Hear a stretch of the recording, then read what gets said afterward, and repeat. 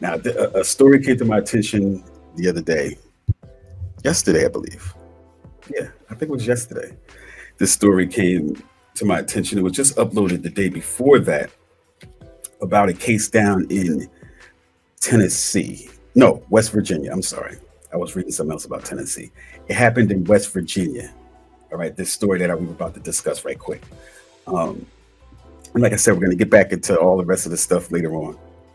We got some good music news coming up too. All right, but this is some general news for you. All right. Now, what happened was there was a case down in Tennessee that I want to bring attention to y'all attention, and that goes with one of the things that have been going on a lot on the internet. I don't know if you guys ever watched any of those police accountability videos, right? Let's stop that for a second so we can go into our video. I don't know if you've ever watched any of these police accountability videos that they have on YouTube now, where they show people like filming the police and stuff like that, and doing like little audits and shit. That's what they call them, police audits and shit. So they what they do is try to make police more aware of their responsibilities to the Constitution and to upholding the law instead of, you know, acting like tyrants and breaking the law. Okay, so something happened down in West Virginia recently. Do All right, so. hold on, We hold don't on, just hold on.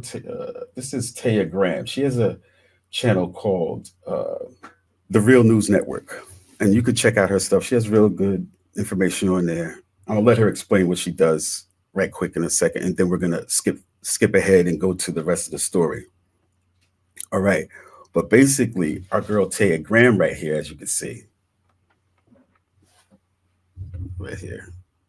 I don't know, mom. Okay, there. She's right there. Yeah, our girl Taya Graham right there. She does police accountability stuff.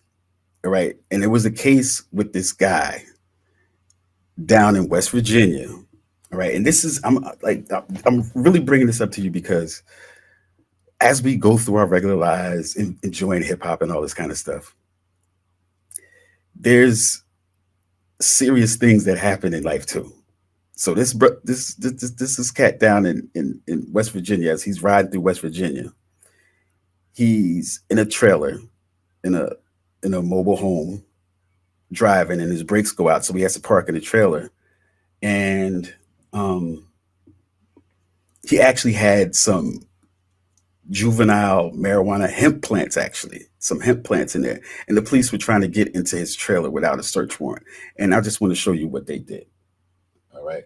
So let's first let Taya Graham introduce what she does right there.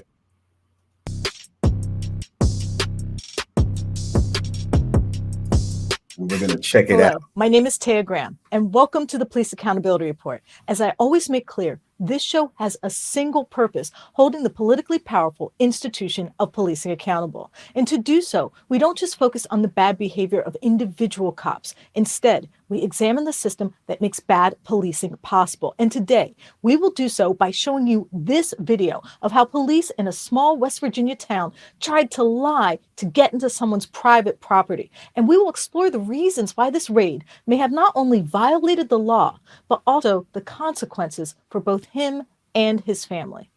But before we get started, Okay. So let's skip ahead here a little bit. to the community that they had to break into his home without a warrant. As you can see in the video we are showing now, police insisted that he let them inside. When Cody, fully aware of his constitutional rights, asked to see the warrant, police kept telling him they would get it soon. Let's listen. So you're gonna break my stuff violently anyway?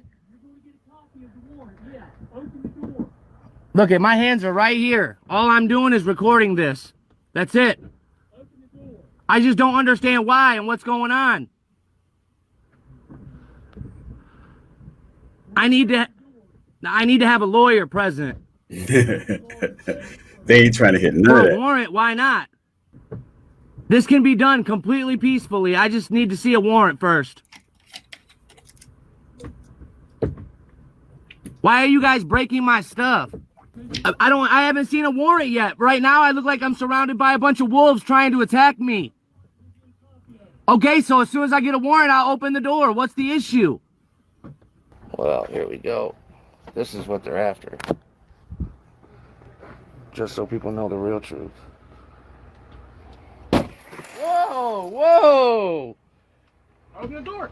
I don't understand why you guys are being so violent towards me. That's all. Yes, you are. You just smashed my whole window in. But in fact, no warrant existed, at least not during the raid. But that didn't stop police from smashing his door and continuing to tell him to let them inside. Let's watch. And you're not being violent? I haven't even seen a warrant yet. We are effecting a search. What kind of a search?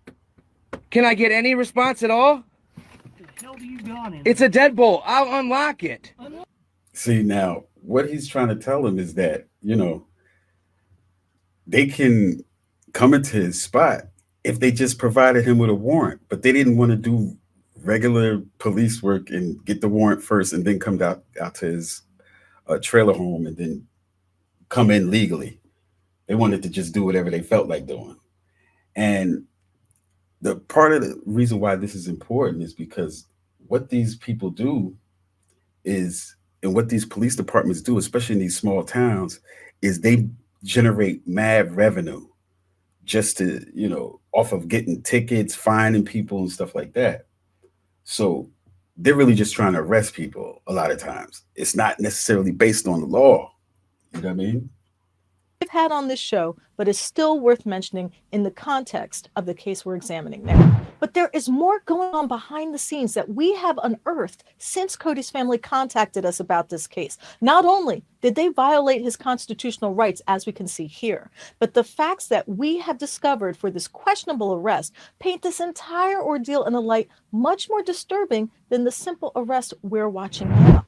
Which is why we decided to do some work and find out exactly what happened to the warrant and to dig into the finances and the police department of this small town in West Virginia. So to delve deeper into what's going on, I'm joined by my reporting partner, Stephen Janis.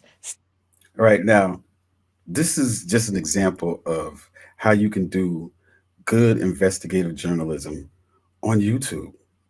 The regular news is not even doing stuff like this. Let me show you what they're doing. Stephen, thank you so much for joining me. Tay, thanks for having me. I appreciate it. Now, Stephen, you have reached out not just to police, but also prosecutors. What are they saying? Well, they haven't gotten back to me, but I had some questions. Number one, is there a warrant? Was there a warrant? Where is the warrant? And other questions about the case itself. Is it okay for people who have legal marijuana to bring it into the state if they get it from another state? Why is this case being prosecuted? And how exactly are plants and what quantity of plants you have to have with intent to distribute? I mean, that is a huge crime. And what is the threshold? Because none of this case makes sense. You've been delving deeper into both the police department and the city of Milton in general. What have you uncovered? And what did you ask the mayor of Milton about what you found? Well, they have been issuing tremendous amount of fines. Almost 25-30% of their operation budget comes from fines. $500,000, $600,000. And you're talking about a city with a population of 2,500 people. I did the calculations. It means every person in the city has to get $250 in fines a year, every man, woman, and child. And so I asked the mayor, I said, Mayor, what exactly is going on in this town? Why are people being charged so many fines? Why is your police department such a profit center? And then on top of that, the police department takes up half of the operations budget, $1 million a year. So the fines don't even support it, but pays for a lot of it so they can have 10 police officers. So the finances of the city are very suspect and I think questionable and probably have a lot to do with this case. You also did something interesting and you reached out to the West Virginia Tourism Agency. Why did you do this and what did they say? Well, I asked them very specifically if people coming into West Virginia traveling who had bought marijuana legally in a state or had a medical card or had a prescription, if they should come to West Virginia at all. Because if you're going to arrest people who have medical marijuana, people need to know about it. And I said, look, we get between 100,000 and 1 million people who watch our show, and we want to warn these people, don't go to West Virginia if you have medical marijuana card, because they're going to arrest you, which is what they just did in this case. Believe it or not, they have not gotten back to me, but I'm going to stay on them. Now about... Okay, see, now that's the importance. Because like when you're traveling through some of these states, even if you have medical marijuana, you got to be careful, all right? Because all these police departments are not the same. And shout outs to Taya Graham and the Real News Network for putting this piece out.